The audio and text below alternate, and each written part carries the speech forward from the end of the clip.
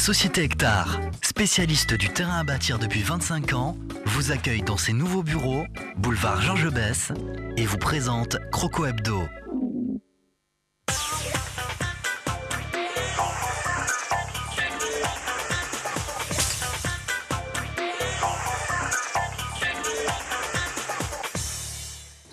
Bonsoir et bienvenue sur le plateau de Croco Hebdo. Nouveau rendez-vous en ce lundi 21 novembre avec toute l'actualité du Nîmes Olympique. Cette défaite vendredi soir au Costières en amical face au Football Club de Martigues. 3-2 sur la pelouse des Costières. On va revenir en image bien évidemment sur ce match amical à l'issue de ce week-end de Coupe de France qui a vu l'élimination des footballeurs alésiens tombeurs du Nîmes Olympique au tour précédent.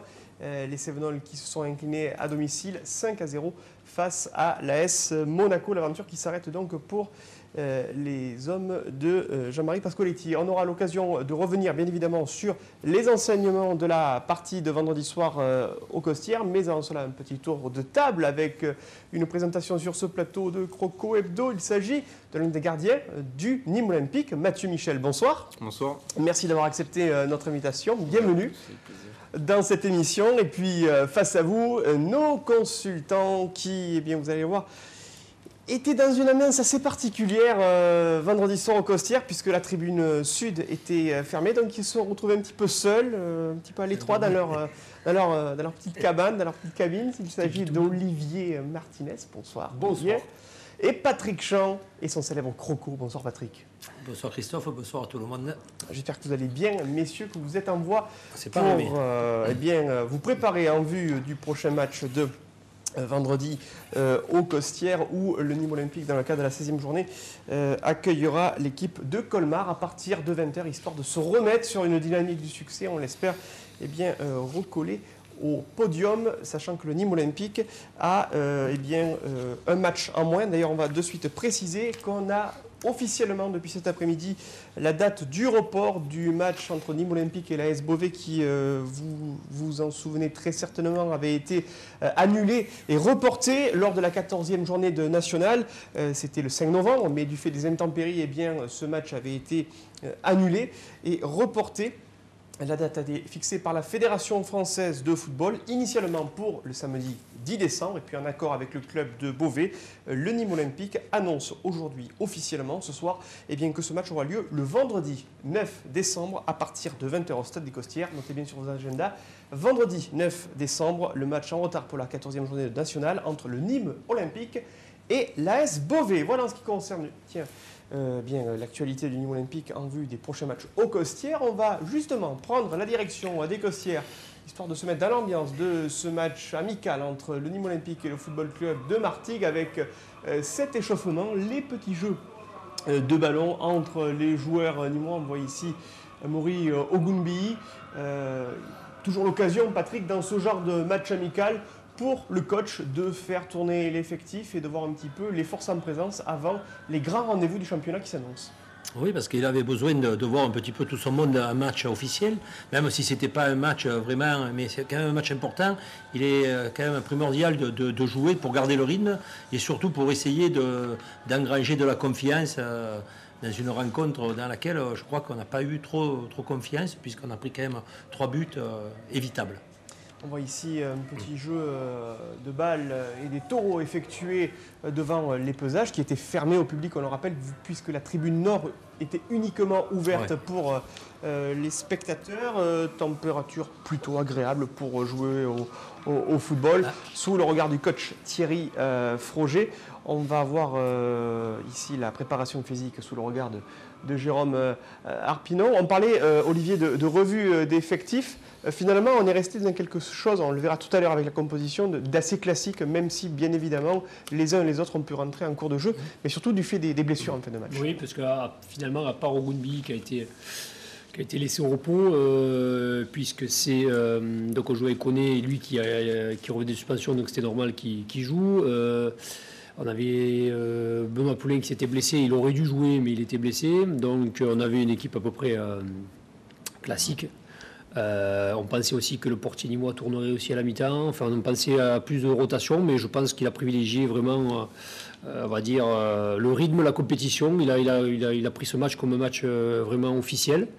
Et il a mis son équipe la plus apte à jouer. Donc voilà, c'était assez logique aussi dans l'esprit de Thierry Froger. La première question pour notre invité Mathieu Michel, justement, on parlait du portier nîmois. On sait depuis l'arrivée de Cyril Merville que Haïdar Al-Shaïbani donc, a été écarté de son poste initial de titulaire depuis le début de saison. On a également remarqué lors de récentes rencontres que vous étiez le gardien remplaçant la doublure de Cyril Merville sur les feuilles de match.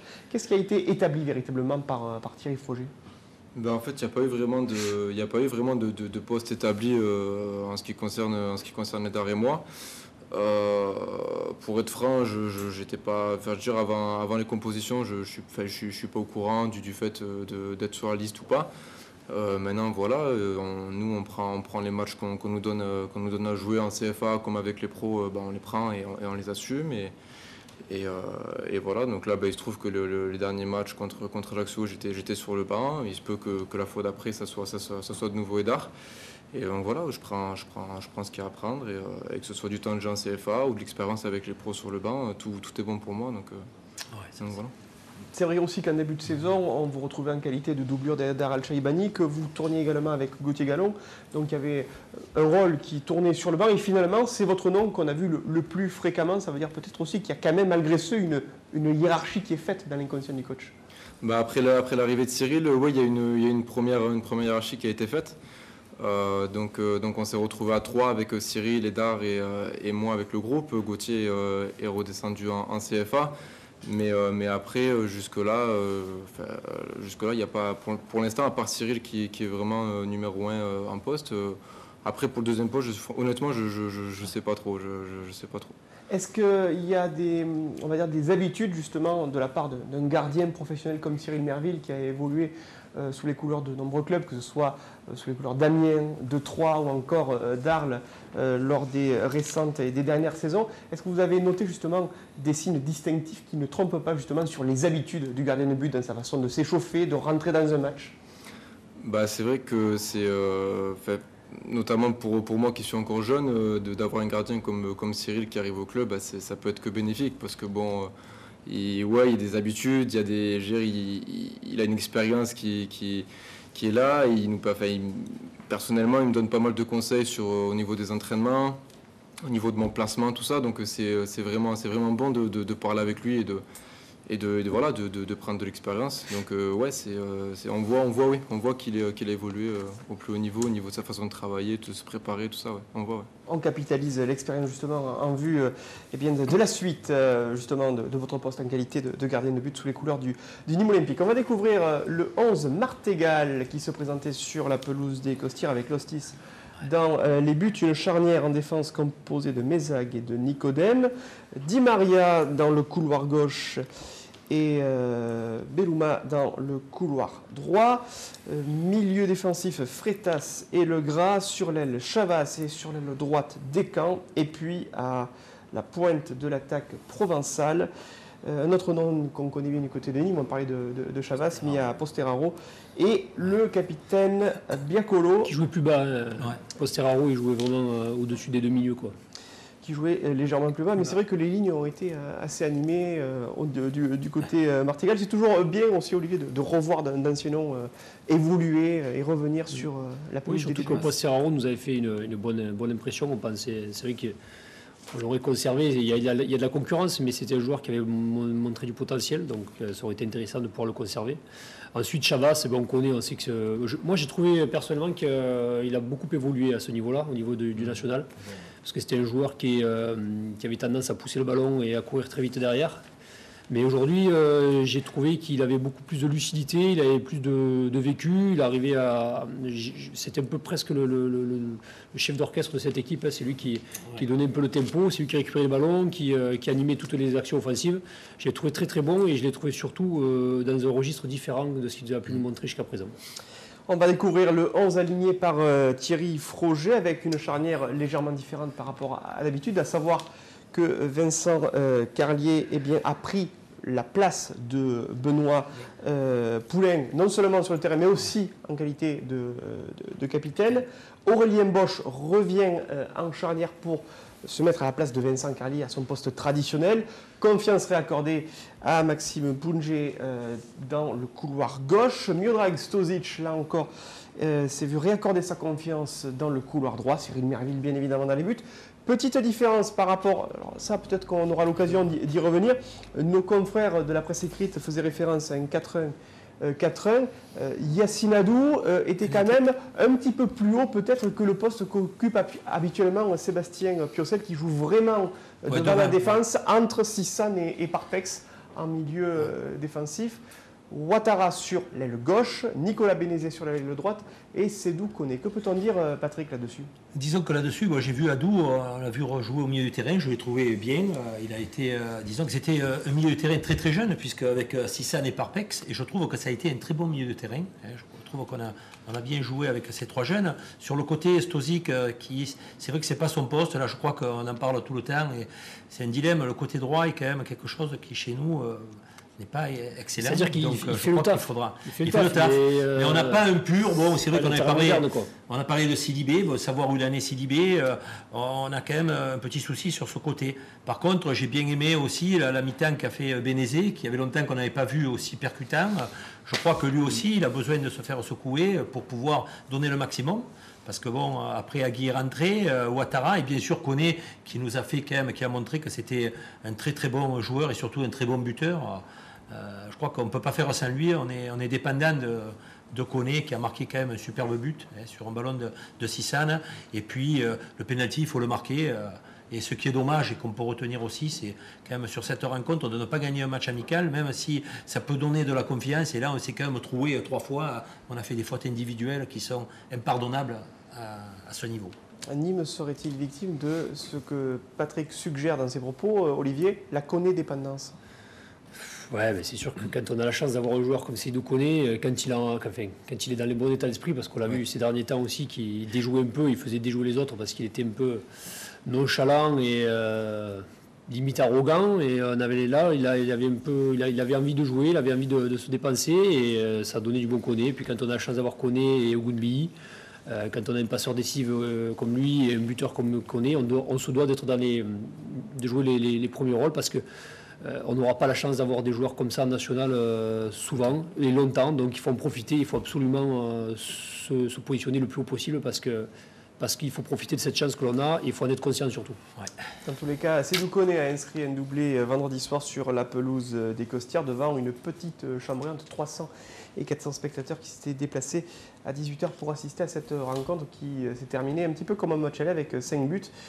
4 buts à 1 victoire du Nîmes Olympique en septembre dernier, mais là c'était 5 buts un petit peu dans un sens différent. 3 buts à 2, victoire des Martégots dans les 10 dernières minutes de cette partie, alors que le Nîmes Olympique gagnait 2 buts à 1. On va justement découvrir les buts de cette partie. Il ne s'est pas passé grand-chose en première mi-temps et c'est à partir de la 48e minute finalement que les Martégots, un petit peu à la surprise générale et créant un sentiment de torpeur dans les Costières, on le voit ici sur ce but, un ballon mal dégagé. Celui-là il est pour Carlier. Descamps qui... De toute façon, il y a eu 3 fautes, comme l'a dit Patrick, il y a eu 3 fautes individuelles, donc c'est réglé. Et puis ici, c'est Martigues qui va mal se dégager et un ballon idéalement remisé pour la tête de Sédou Koné. La Losti se rate complètement. Sortie ratée pour le gardien martégal. Et puis Sédou Koné qui s'amène véritablement. On n'a pas vu l'action qui précède le gros travail de Sédou Koné sur l'aile gauche pour provoquer le pénalty en passant entre 2 défenseurs martégots. Ici, l'égalisation signée Chavas à la 83e on se fait percer. De jeu, avec un ballon qui passe entre les jambes du gardien nîmois Cyril Merville. Et puis, malheureusement, l'autogol de Romain Thibault, reprise parfaite dans les buts nîmois.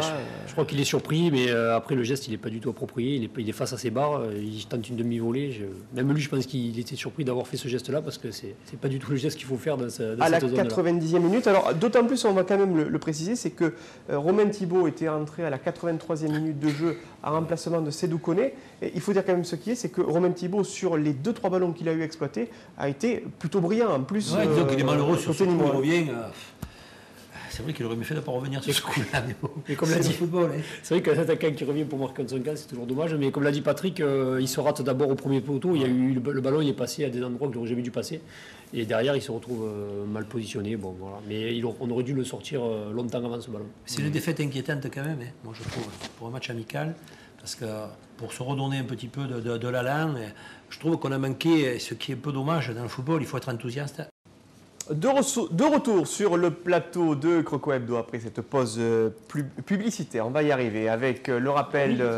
On s'est endormi. On a manqué de café. On va le mettre en intraveineuse, le café, pour commenter bien l'avant-match et la préparation de la réception de Colmar. Ce sera vendredi soir au Costières à partir de 20h en présence de notre invité, l'un des gardiens de but du Nîmes Olympique, Mathieu Michel, avec nous ce soir sur ce plateau de Croco Hebdo. Olivier Martinez et Patrick Champ, particulièrement bien éveillés. On va rappeler le classement après la 15e journée. On le rappelle, un match en moins pour le Nîmes Olympique. Épinal qui est toujours en tête avec un point d'avance sur Niort et 2 sur Rouen. 4e Fréjus, 5e Quevilly, 6e Vannes, 7e Orléans, 8e le Paris FC, 9e Martigues et 10e avec donc un match en moins. Nîmes qui va recevoir Colmar. Attention à cette équipe de Colmar qui est 13e avec 19 points. Donc il n'y a que 2 points de retard pour les joueurs de Colmar. 19 points en 15 journées pour Colmar. Olivier, ça fait partie de ces équipes de nationale dont il faut énormément se méfier. Oui, tout simplement parce qu'elles sont moins bien classées que nous. Et c'est toujours difficile déjà de se motiver, même si là il n'y aura pas de problème à se motiver contre des équipes qui sont un peu moins bien classées. Mais surtout en national, où on sait que même le dernier, on l'a vu à Bayonne, peut battre le premier, ou peut battre en tout cas des prétendants à la montée. Donc pour moi, Colmar sera un match très, très important parce qu'on a, j'ai envie de dire, on a mangé nos jokers, mais on en est à je ne sais plus combien de jokers. Donc il va falloir vraiment resserrer parce que si on gagne Colmar et si on gagne notre match en retard, dont on a parlé tout à l'heure, les Nîmois vont pouvoir recoller et enfin souffler et voir la deuxième partie du championnat beaucoup plus sereinement. Ouais. Ça ferait si peu. On va remettre le classement puisque le Nîmes Olympique actuellement en 14 matchs joués à 21 points, 6 victoires, 3 nuls et 5 défaites, 6 points pour les Nîmois, cela ferait 27, c'est-à-dire que ça les passerait devant, en tout cas au pied du podium. Voilà, 27 points. Serait juste derrière Rouen en embuscade, toujours avec bien évidemment le point d'interrogation par rapport au match de Fréjus et de Quevilly qui, avec 24 points et tous leurs matchs joués, sont également fort bien placés. On va justement découvrir le programme de cette 16e journée du championnat de France de national qui débutera vendredi à partir de 20h avec les rencontres suivantes. Cherbourg-Beauvais, Fréjus-Saint-Raphaël qui accueillera le Poiré-sur-Vie, Rouen-Créteil, le Paris FC qui accueillera Quevilly, le Gazélec Ajaccio qui se déplacera sur la pelouse de Martigues, Besançon-Vannes, Nîmes-Colmar donc au Costières à partir de 20h, et puis la fin de cette 16e journée avec le lendemain, samedi 26 novembre à 18h, l'Aviron Bayonnais qui se déplacera sur la pelouse des Chamois niortais, le Red Star qui accueillera Luzenac, et enfin le leader spinalien Épinal qui accueillera Orléans.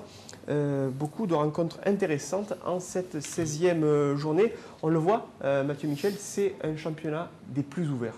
Tout est possible, on le voit. Ouais, c'est sûr que là, du premier, enfin, on voit vraiment que ce championnat, il reste très ouvert. Comme vous dites, le dernier peut être capable de battre une des équipes premières. Donc il faut rester très vigilant contre toutes les équipes. Et voilà, il faut surtout pas sous-estimer aucune équipe dans ce championnat. Elles sont capables de rivaliser avec les meilleurs. On va revenir sur d'autres classements. Le temps de jeu des joueurs du Nîmes Olympique. Pas de changement, vous le savez, depuis le déplacement des Crocos en terre corse. Et c'était lors du déplacement au Gazélec Ajaccio. Avec toujours Benoît Poulain, le capitaine premier, avec 2160 minutes. C'est 13 matchs. Deuxième, Mouri Ougunbi avec 1238 minutes en 14 participations. Vincent Carlier, le second capitaine de cette équipe nîmoise qui portait le brassard l'autre soir du fait de la blessure de Benoît Poulain, qui est troisième avec 1170 minutes, quatrième Edar Al-Shaibani et cinquième Maxime Poungé avec 999 minutes en 11 matchs. Justement, on va parler de vous, Mathieu. Qu'est-ce qu'on ressent justement à s'entraîner avec les pros et à découvrir un autre rythme de celui qui a été le vôtre, parce qu'on peut le dire, vous avez fait quand même bon nombre de vos classes, notamment en qualité de jeunes et en poussin, il y a une dizaine d'années au sein du Nîmes Olympique. Bah, c'est sûr que je suis très fier et très content d'être là où je suis aujourd'hui. J'ai travaillé pour ça depuis tout petit, depuis poussin. Je connaissais Patrick d'ailleurs qui m'a suivi durant tout ce temps-là. Et donc j'ai fait mes classes, j'ai fait toutes mes classes à Nîmes. Et là d'être là où je suis aujourd'hui, même si je suis encore loin de ce que j'espère, c'est une petite récompense. Et ça donne un coup de boost de pouvoir travailler avec des professionnels et de pouvoir s'appuyer sur eux, tout ça, ça permet de progresser 10 fois plus vite et c'est vraiment bien. En termes de parcours, vous avez également porté, je crois, les couleurs de notre club gardois. Notre club gardois ? Gardois, Redescend peut-être ? Ah, Redescend, oui. Bah, c'est là où j'ai commencé c'est là où j'ai débuté le foot à l'âge de 6-7 ans dans mon club de village. Et je suis resté 2 ans là-bas et après j'étais faire la détection pour les poussins de Nîmes et c'est parti de là. Comme un certain Bresson d'ailleurs. Hein. Bresson qui avait débuté à Redescend, il me semble, et qui a fini l'équipe de France je crois à l'époque. Il ne faut pas oublier aussi que son père est gardien de but. C'est une pépinière Redescend. Oui, Alors une pépinière, on va rester sur la métaphore arboricole. Patrick, Mathieu vient de nous le dire. Vous l'avez vu grandir. Quel est le regard tout le monde grandir. Mais disons, ce qui est bien, c'est qu'on fait confiance aux joueurs qui ont débuté à Nîmes. Je crois que l'école gardien de but à Nîmes Olympique a toujours été bonne. Je crois que si on y donne sa chance, il la saisira à pleine main, parce que je crois qu'après, une fois qu'il sera dans les buts, ça sera dur de le déloger. Parce qu'un gardien de but, c'est ça. Hein. Il aura 1 fois ou 2 fois dans sa carrière la chance de jouer en équipe 1. Et après, il faut être très très bon. Et pour que, même si le gars a beaucoup plus d'expérience, je me rappellerai de Landreau, quand il a débuté aussi. Landreau, il a débuté en Corse, il a arrêté un pénalty, et puis il est plus ressorti de l'équipe. C'est le seul mal qu'on peut souhaiter à Michel, et voilà, pour que Mathieu puisse faire une telle carrière. Mathieu et Michel, les deux. Mathieu et Michel. Exactement. Mathieu Michel, vous avez fêté, je crois, Mathieu, vos 20 ans en septembre, dernier. La montée en puissance aussi en qualité de gardien, c'est un parcours, je crois. En 2010, vous avez fait une montée en puissance, notamment, je crois, avec un titre de champion de France universitaire. Oui, exact. Je jouais pour l'équipe de Montpellier. En fait, j'étais inscrit en STAPS jusqu'en début d'année. Là, j'étais étudiant en STAPS. Et donc, il y avait l'équipe qui regroupait les joueurs de Montpellier. Donc, on a réussi à être champion de France universitaire en 2010. En 2010, c'est ça. Et on est parti en Pologne l'été qui a suivi pour les championnats d'Europe. Donc, on a fini, je crois, 8e. On était bien parti. On s'est écroulé sur la fin. Mais c'est de bonnes expériences à vivre. Ça fait voyager un petit peu, c'est bien. La volonté aussi de poursuivre les études, c'est quelque chose auquel vous tenez énormément ? C'est vrai que le rythme des entraînements cette année est beaucoup plus soutenu, donc j'ai mis les études de côté pour l'instant. Mais ouais, je n'enlève pas cette option de reprendre les études s'il y a besoin. En restant dans le sportif, quoi qu'il en soit ? Ouais, voilà, toujours dans le sportif. Ouais. C'est ma passion depuis tout petit, donc en restant là-dedans, il n'y a pas de souci. Le gardien qui vous a donné envie justement une fois d'enfiler les gants ? Honnêtement, moi j'ai toujours eu comme idole Fabien Barthez, que je voyais à la télé, Coupe du Monde 98, des souvenirs. Donc ouais, c'est le gardien, on va dire, sur lequel j'ai regardé le plus de vidéos, tout ça. Ouais, gardien référence, vainqueur de la Ligue des Champions en mai 93 avec l'Olympique de Marseille. 1993, Mathieu n'avait que 2 ans. Et pourtant, Fabien Barthez a marqué une grande génération de gardiens de but. Il avait des cheveux à l'époque. Ouais, il était chevelu, comme Zidane. Fabulous Fab, qui était chevelu sur la pelouse de Munich pour la finale de la Ligue des Champions le 26 mai 1993. Il avait mis dehors un certain Olmeta. Comment ? Il avait pris la place d'un certain Olmeta en plus. Voilà. Et c'était pas à la régulière. C'était pas facile. Pas facile, pour le déloger. Allez, on va. Une petite question, je vais demander à Mathieu simplement. Quel est le joueur qui vous pose le plus de problèmes à l'entraînement, le plus efficace ? Devant les buts, je pense que Sédou est assez tueur devant le but. Il oblige justement à être, il oblige vraiment à sortir le grand jeu pour faire face à cette attaque. C'est vrai d'ailleurs, on apprend beaucoup avec un joueur comme ça parce qu'il observe le moindre geste et il attend la moindre petite faille en fait de notre part pour glisser le ballon au fond, le petit déplacement, le regard. Et justement, face à un joueur qui a un tel sang-froid, en contrepartie, il faut être comment? Il faut avoir encore plus en froid que lui, il faut être comment? Ouais, il faut le retarder au maximum, ne pas se jeter. Il faut des joueurs comme lui et comme Maury qui ont le coup d'œil vraiment bien aiguisé. Il faut les suivre en permanence. Il ne faut pas se jeter, surtout pas se jeter. Il faut leur boucher la porte et attendre le dernier moment. Et après, jouer sa carte à baisser de rythme. Et un dernier mot sur la collaboration, comment ça se passe avec Sébastien Giménez? Comment vous travaillez ensemble? On travaille vraiment bien, on a des entraînements, là par exemple comme le lundi matin, assez soutenus, donc c'est des grosses séances, en principe d'1 heure, un petit peu plus. Et on tourne autour de... Au début de chaque entraînement, on a une petite partie spécifique qui dure plus ou moins longtemps, suivant après si le coach a besoin de nous dans les bars ou pas. Mais on travaille vraiment bien et on fait du bon boulot. Même avec Seb, c'est vrai qu'on apprend beaucoup, que ce soit Cyril, même Seb peut lui apporter certaines choses aussi de par ses études, de par aussi son expérience. Il se complète vachement bien et c'est bien d'apprendre parmi ces trois. On sait que les gardiens essaient d'être le plus complet possible dans ce domaine de jeu. Actuellement, votre fort, c'est plutôt les airs, les sorties dans les pieds? C'est vrai que je suis grand, donc les sorties aériennes, on va dire que c'est un point, je dirais pas un point fort, mais c'est un point sur lequel il faut que je continue à travailler, qui peut me permettre d'aller chercher des ballons et de rassurer. Maintenant, après, je pense pas que je sois exceptionnel dans tous les domaines. Enfin, je veux dire, sur ma ligne, il faut que sur ma ligne, ça peut être pas mal. Dans le jeu au pied, par contre, il faut que je travaille. J'ai un petit point faible. Tu joues dans les jeux, tu participes, ils te font participer. Dans les jeux, parfois. Parfois, le gardien c'est hyper important, enlève les gants et participe au jeu au pied. Ouais, ça permet de prendre l'info. Ça peut faire. Tu choisis un dernier quand ils font les équipes dans les jeux où ça permet de savoir où on est. Ouais, non, mais souvent c'est fait d'avant. On a une équipe qui est. Souvent, on joue défenseur, souvent les gardiens quand on joue dans le champ, donc on aime bien tacler. Donc voilà, ça. Et ça crée aussi un bon état d'esprit aussi au sein du groupe justement. Ouais, c'est vrai. Allez, on va revenir sur le rappel du classement des buteurs en championnat avec toujours Sédou Koné, premier avec ses 10 réalisations, qui devance Steve Agui avec 4 buts, 2 buts pour Maury Ogunbi, Jonathan Parpex, Benoît Poulain et Medrag Stozic, une réalisation victorieuse pour Nicolas Bénézé et Youssouf Ouattara, toujours Maury Ogunbi, meilleur passeur du Nîmes Olympique devant Sédou Koné. Emmanuel Corrèze avec une passe décisive, tout comme Abdelmalik Sissane, Jonathan Parpex et Benoît Poulain. Justement, des buts comme s'il en pleuvait. Alors, on a fait une entrée cette semaine dans le décibelomètre, c'est un petit peu normal. On avait été assez marqué il y a quelques jours de cela par la très belle réalisation de Steve Agui sur la pelouse du Gazélec Ajaccio. Donc Steve Agui fait son entrée, mais comme nous n'étions pas du déplacement, vous savez, lorsque nos consultants se déplacent en Terre-Corse, c'est toute une préparation spécifique. Il y a un avant-match, il y a le match, il y a l'après-match. Donc c'est un budget à lui seul, c'est un budget de saison complète, on va le dire sans se cacher. Donc Patrick et Olivier n'étaient pas présents à Ajaccio, donc vous n'aurez pas droit au traditionnel commentaire du décibelomètre. En revanche, prêtez bien l'oreille, vous entendrez, c'était à la 2e minute de jeu, vous entendrez que le speaker du stade du Gazélec d'Ajaccio souhaitait peut-être déstabiliser les joueurs du Nîmes Olympique. En tout cas, une annonce est faite au micro et le chauffeur du car du Nîmes Olympique est demandé en urgence. Ça n'a pas déstabilisé Steve Agui, vous allez vous en rendre compte dans le décibelomètre.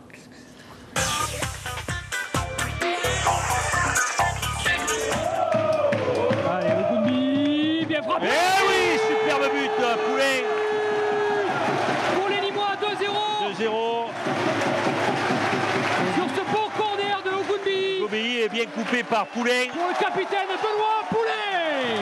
Ça allait faire jouer le porteur. Allez, Agui, ça tourne de faire jouer. Maintenant Parpex. Parpex, ça c'est super de la part de Parpex, ça c'est très bien joué. Allez, voilà, c'est bien. Eh oui, c'est très bien ce qu'a fait Parpex. De la part de Parpex. Il n'y a pas d'enjeu. Allez, il y a un 2 contre 1 à faire. Il y a un 2 contre 1. Oui, superbe but de Agui qui marque son troisième but. Et Steve Agui qui marque son troisième but à 3 rencontres.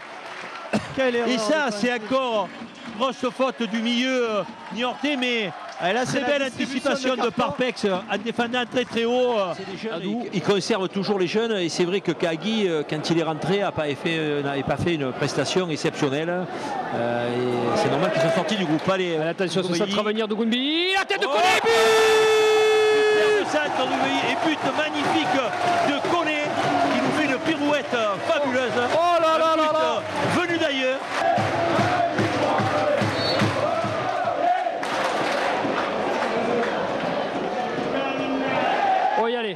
enfin une bonne situation. Et but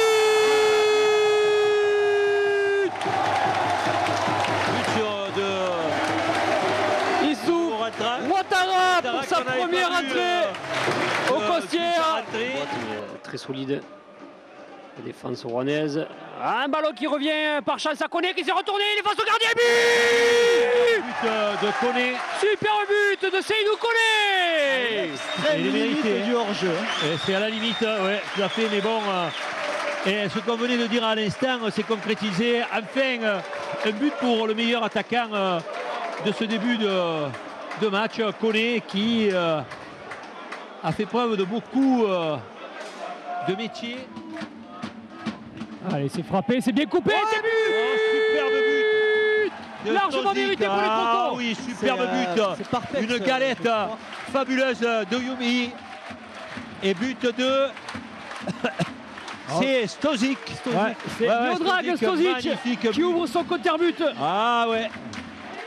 Et encore un but coupé. Un casque d'or. Et Premier poteau. Ah ouais, magnifique. Très très bien frappé encore.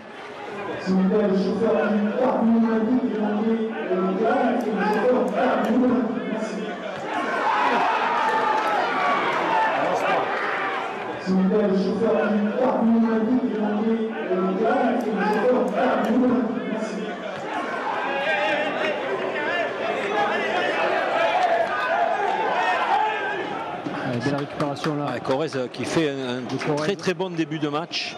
Ah, il a envie Corrèze, allez, bon ballon pour Bénézé. Bénézé, faut pas le rater. Pour sa première bon but de Bénézé, joli.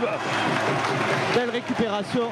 Bonne récupération, un superbe ballon donné sur Bénézé. Et Olivier parlait d'efficacité. Et ben, quasiment première occasion et premier but. Ouais, mais c'est sur une belle transversale, superbe. Alors, on a vu le tacle glissé de Corrèze. Justement, Olivier, qu'il est le numéro 1. D'ailleurs, je ne crois pas que les Nîmois se font. Ouais, Koné, quel solide, qu'est-ce qu'il est solide. Il faut aller au bout, mon petit. Ouais, oh là là, qu'il est beau. Superbe but de Koné, quel but. Il a tout fait, Koné.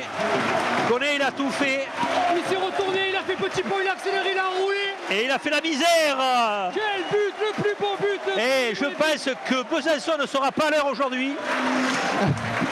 Le train partira à 16 heures. Énorme, signé Seydou Koné qui fait le ah ouais, stade. il a fait tout seul. Il se l'est fait tout seul, Koné. Oh, quel but de Seydou Koné. Ah oui. C'est aussi ça le national, hein. C'est bien beau de flammer, mais il faut aussi tenir la longueur. Voilà, ça s'est joué. Allez, Adou, il faut passer derrière Agui, voilà, il faut prendre le couloir. Voilà, comme ça on donne une solution. Oh, que c'est bien joué ça. Oh, allez, que c'est bien joué. Allez, la frappe à venir. Ouais. Oh, le but. Oh, le but exceptionnel de Parpex. Oh, le but de Monsieur Parpex. Oh là, énorme Parpex. C'est un scud venu de l'autre monde qui est arrivé à atterrir dans la lucarne de Delecroix. Quel but, Claude. Ah, magnifique. Et ça vient récompenser l'énorme début de partie de ce joueur qui était vraiment au four et au moulin. Qu'on avait vu depuis le début de cette partie. Quel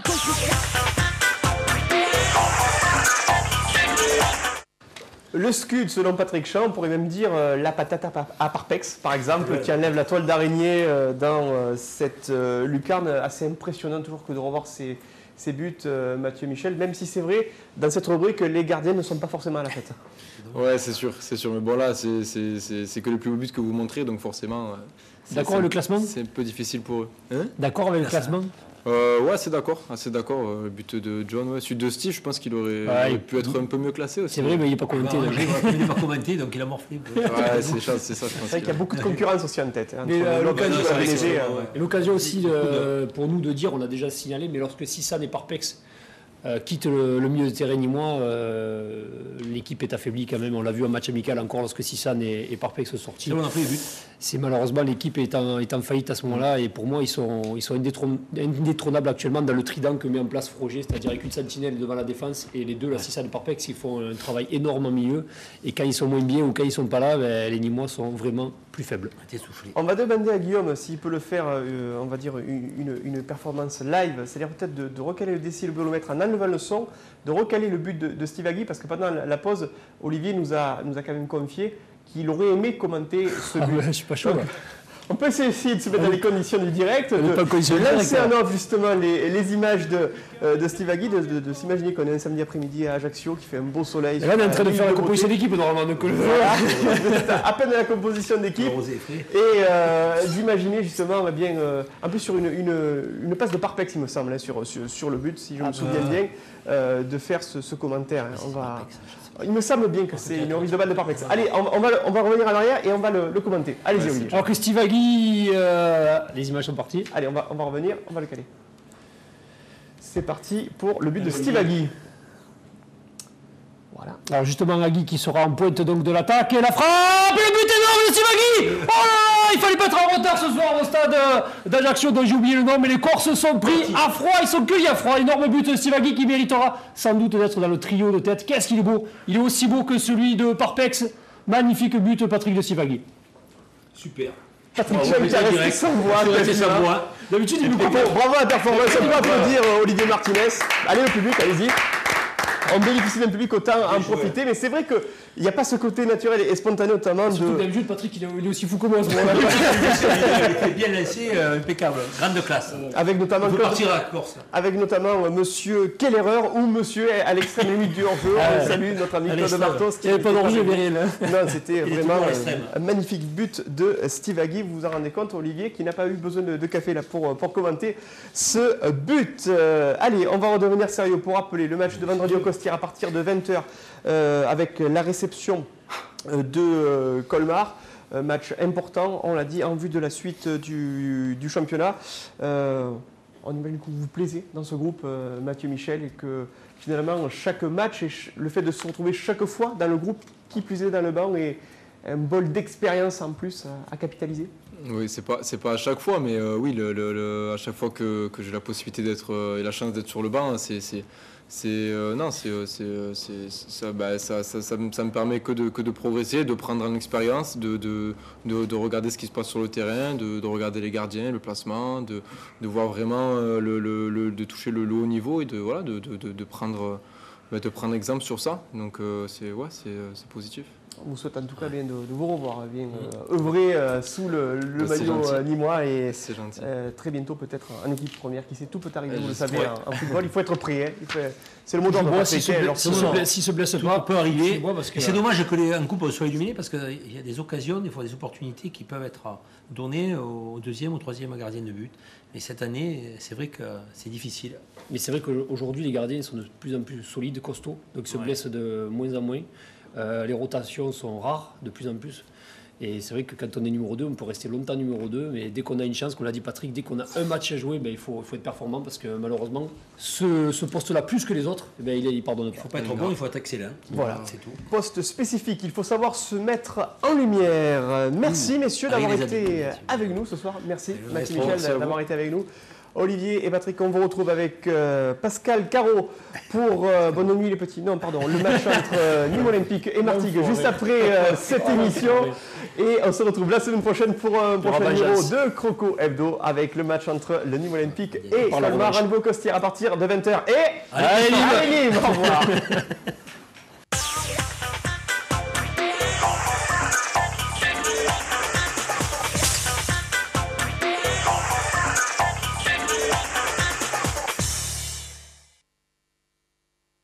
La société Hectare, spécialiste du terrain à bâtir depuis 25 ans, vous accueille dans ses nouveaux bureaux, boulevard Georges Besse, et vous a présenté Croco Hebdo.